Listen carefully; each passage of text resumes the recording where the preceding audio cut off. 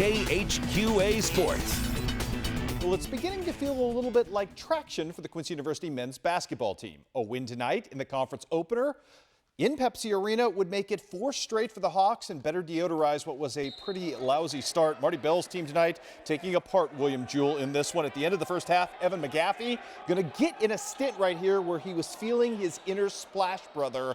This ends the first half nicely. Mr. McGaffey not done yet. From the top of the key, pretty. Then more help from the outside. Godson and Ogwe knocking down a 3. How about a little defense and a nice bounce pass right here from Thomas Jackson, hooking up with Vaughn Washington. All of a sudden, it's a 12 to 18 point lead from half, and then more to come from McGaffey tonight. Just call him Evan Curry because he was lights out from distance. Again, are you kidding me? The big fella knocking it down and setting it up. 16 points, 10 boards tonight on 6 of 9 shooting, 2 of 3 from outside. Thomas Jackson playing some nice defense right here to kind of close things out as the lead is 20 at this point, and then Jordan Wilson going to do his thing with the defense and the pretty finish at the other end. All Quincy University all night long, leading from wire to wire as the Hawks get the win and make it 4 straight. 89 to 60 is your final there. Also on the women's side tonight, the Quincy University women improved to 6-0 on the season. Nakia Edom leading the way with 22 points in a win over William Jewell. The HLG women winners with a big total of 89 points tonight at home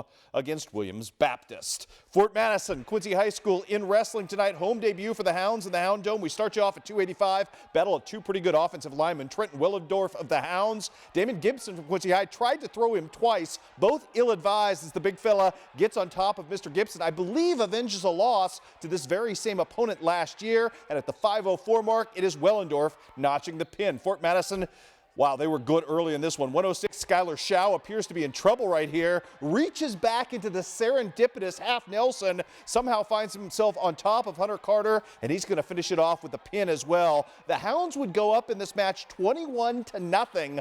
That is a very robust start. However, the Blue Devils finally get some traction going. Matthew Peters going to start it right here in a great match, and he's going to come up strong right here against Aaron Steffensmeyer. Steffensmeyer in a bad place, and Mr. Peters is just going to walk that home. He's got the position, just going to come around the horn right here and walk his way into a pin, and all of a sudden, the Blue Devils had momentum from whence they had none earlier.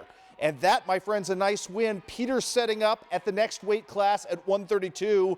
It would be Hunter Yawn who's going to get the job done as well. As you see, Mr. Peters working diligently for that pin, and eventually he's going to secure it, get it in, and yes, he's going to get the victory there as well. And as I mentioned, 132, that sets things off, the domino effect for Hunter Yawn. He was really good in this match. Again, from a spot of bother on the down low, reverses his position and gets the pinfall as he gets Caleb Dewar right there knocked down, pins him right there, and things would just kind of snowball for the Blue Devils as well from there. Nice pin there. Taekwon Young, most impressive for Quincy High School tonight. Check him out right here. Going to do some work, get a pinfall victory in relatively short order as Quincy High School would jump back out at this point 36-21. Fort Madison going to try a comeback in its own right. Jarrett Sykes at 170 with a pinfall victory right here as he would get the win and try to get the Hounds some momentum back. And then Sam Hayes is going to step up strong in this one for the Hounds at 180, although he nearly gets pinned right here. Hayes, who's really talented,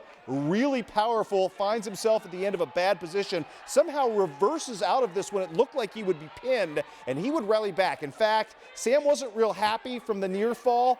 He got up really angrily and went to work, and he'd go to work big time, as you will see him reverse right here and kind of reverse Fort Madison's fortunes, at least momentarily in this one. You see him turn around, spin, get out of the hold, free himself from a pinning predicament, get the reversal at that point, and here he comes, Mr. Hayes, for the pinfall victory at the end. Fort Madison's comeback, though, ill-fated down the stretch. Quincy High School gets a big win at 220 to ice it tonight, and the Blue Devils open with a win on the road at Fort Madison, 42-36. Nice win for Phil Neely's crew. On the scoreboard tonight, we've got high school basketball to pass along, lots of it. Bowling Green headed to the championship game of the Montgomery County tournament, knocking off Montgomery County tonight 70-48. Tyus Chapman with 22 points in that one. Also tonight, Clopton fell by Fulton.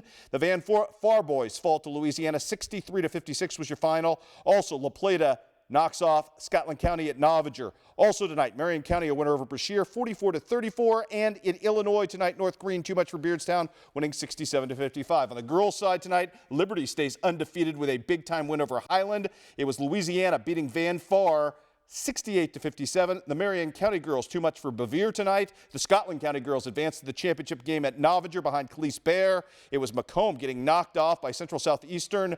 Wow, nice big win for Central Southeastern yet again. Lainey Lance, the outstanding freshman, with 22 points in that one for Central Southeastern. West Central, their combination of Rock and Kaufman goes nuts tonight at Pittsfield. The Unity girls win big over Biggsville West Central behind the freshman Addison Miller. Rock Island, too much for Quincy High School. West Prairie felled by A-Town Avon tonight. Illini West, a 1-point loser to Monrose. And it was Brimfield knocking off Bushnell Prairie City by the final count of 62-32. That's all the time we've got. More news coming up after this.